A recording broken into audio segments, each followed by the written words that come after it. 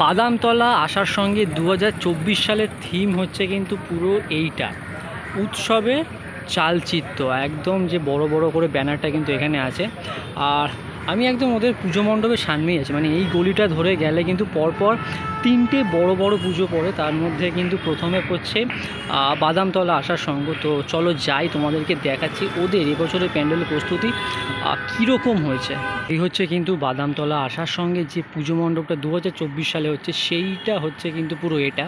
আর আমি এখান থেকে দেখতে পাচ্ছি যে পুরনো টিন হয় না, সেই পুরনো টিনের মধ্যে একটু হালকা রং করা বা ঘষে কিন্তু পুরো এইরকম করা আছে। আর এখানটা একটু গাছ আছে, তাও একটু ভাল লাগছে। আর উপরটা কিন্তু বেশ লাগছে। আর এইখান থেকে যদি আমি দেখাই, এই যে উপরে কিন্তু অনেক একদম যে বাড়ির মতন লাগছে, একদম একটা ঘর, ছোট্ট ঘর করেছে।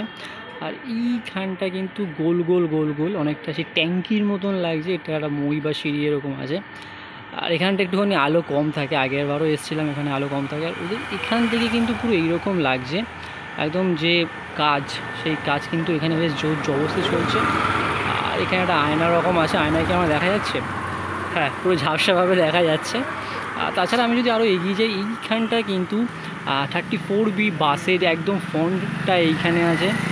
আর এইখানটা কিন্তু পুরো এরকম লাগছে। আরও এগিয়ে গেলে এই দিকটা কিন্তু পুরো এরকম লাগছে, মানে এইখানটা একটা সুন্দর লেখা আছে উৎসবের চালচিত্র, মানে ওদের যেটা থিম এবছরে 2024 সালে সেটাই কিন্তু লেখা আছে। যত সম্ভব হচ্ছে হ্যাঁ, উৎসবের চালচিত্রই লেখা আছে। আর এই দিকটা পুরো লোহা দিয়ে কিন্তু ঘিরিয়ে দেওয়া আছে, মানে এই সব জায়গায় কিন্তু এইখানটা কিন্তু পুরো লোহা দিয়ে গার্ডওয়েল করা আছে। তাছাড়া এইখানে আমি একটা জিনিস দেখতে পেয়েছি, এই জায়গাটা বাহ, যত সম্ভব মনে হচ্ছে এটা পুরনো কলকাতা বা এরকম একটা কিছু করা হয়েছে, মানে বা বোঝানো হয়েছে। এখান থেকে কিন্তু যে আর্টগুলো কিন্তু বেশ লাগে। আর এই যে ভিউটা, এই ভিউটা কিন্তু বেশ হয়েছে, মানে এটা কিন্তু মণ্ডপের মধ্যেই পড়ছে, মানে এটা কোনো বাইরের জিনিস না, এটা পুরো মণ্ডপের মধ্যে পড়ছে।